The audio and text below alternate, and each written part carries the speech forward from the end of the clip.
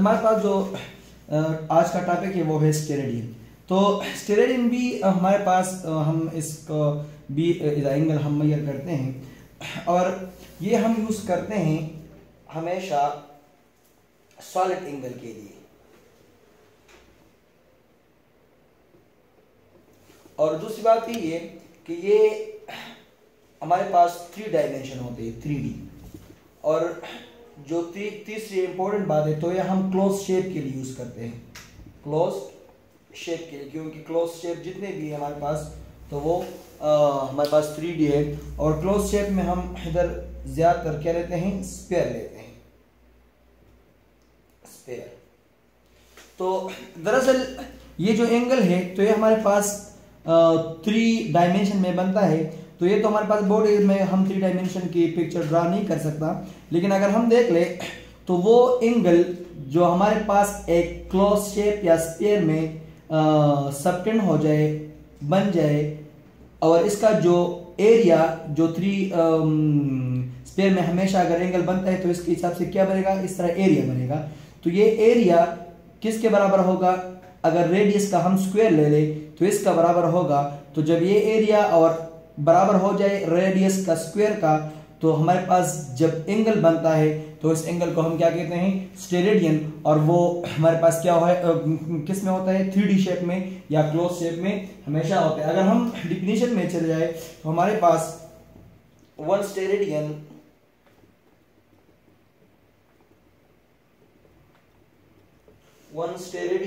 is the angle subtend is the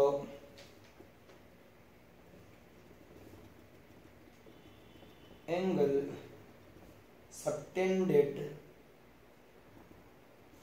at the center of the sphere, yeah, at the center of any closed shape, at the center of closed shape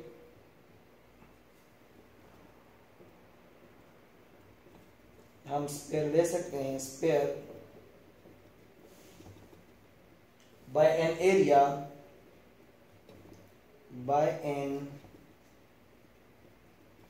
area of its surface equal to which is equal to the radius of this, to the square of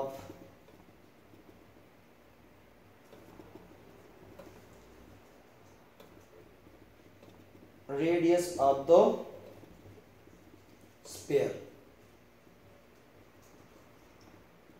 अगर हम diagram से इसकी mathematically देख लें तो ये हम steradian हम रिप्रेजेंट करते हैं SR के साथ। तो सॉलिड एंगल अगर हमारे पास ये एक एंगल फाई है, लेट सपोज, तो ये पाई हमारे पास तब 1 स्टेरेडियन का बराबर होगा जब ये जो एरिया है, एरिया ये बराबर हो जाए किसका, आर स्क्वायर का। जब एरिया हमारे पास किसके बराबर हो जाए, आर स्क्वायर के बराबर हो जाए, तो जब हमारे पास जो एंगल बनेगा तो वो किसके बराबर होगा, 1 स्टेरेडियन के बराबर होगा, 1 स्टेरेडियन के बराबर होगा। अच्छा, अगर हम क्लोज स्फीयर की बात करें तो क्लोज स्फीयर के हमारे पास जो एरिया होते हैं, अगर हम इस इक्वेशन, अगर मैं इसको इक्वेशन नंबर स्टार नेम दे दूं, तो अगर इक्वेशन नंबर स्टार में SA divide by are square को अगर हम देख लें तो area of the close sphere हमारे पास होते हैं, area of the closed shape 4 pi are square.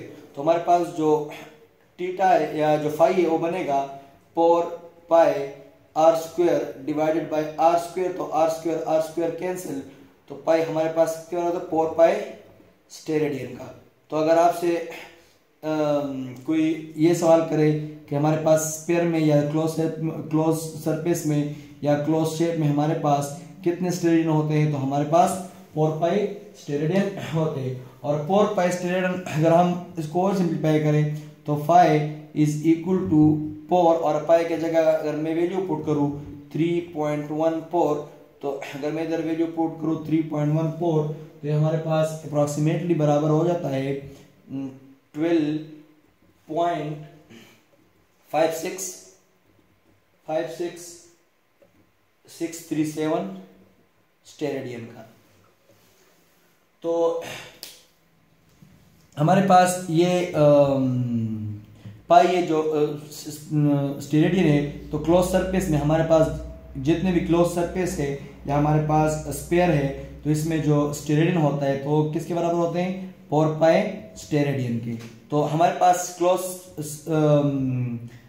Surface या क्लोज शेप में हमारे पास मैक्सिमम जो स्टेरेडियन होते हैं, maximum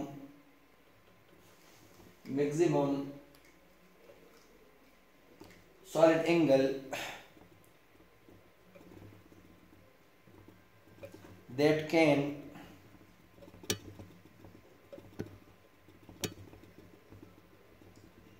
subtended at any point is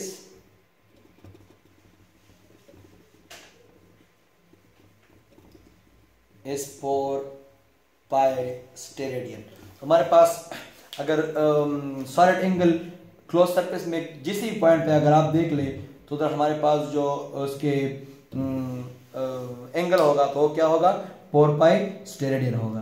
तो अगर हम इसको रिवाइज करें तो स्टेरेडियन हमारे पास फर्स्ट बात तो यही है कि हम सॉलिड एंगल होता है हमारे पास ये, दूसरी बात ये कि ये 3D होते हैं, और तीसरी बात ये कि ये क्लोज शेप या क्लोज सरफेस के लिए स्फीयर के लिए हम क्या करते हैं, यूज करते हैं। अभी वन स्टेरेडियन किसके बराबर है, वन स्टेरेडियन अगर एक स्फीयर में हमारे पास एंगल बनता है पाई, तो वो पाई हमारे पास वन स्टेरेडियन की तब बराबर होगा जब हमारे पास जो एरिया है वो बराबर हो जाए इस रेडियस का, अगर मैं स्क्वायर ले लूँ इसका बराबर हो जाए, तो तब हमारे पास जो एंगल बनेगा तो वो हमारे पास सॉलिड एंगल होगा, और वो एंगल किसके बराबर होगा, वन स्टेरेडियन का बराबर होगा। किसका बराबर होगा, वन स्टेरेडियन का, जो ऑलरेडी हमने इधर प्रूव की है।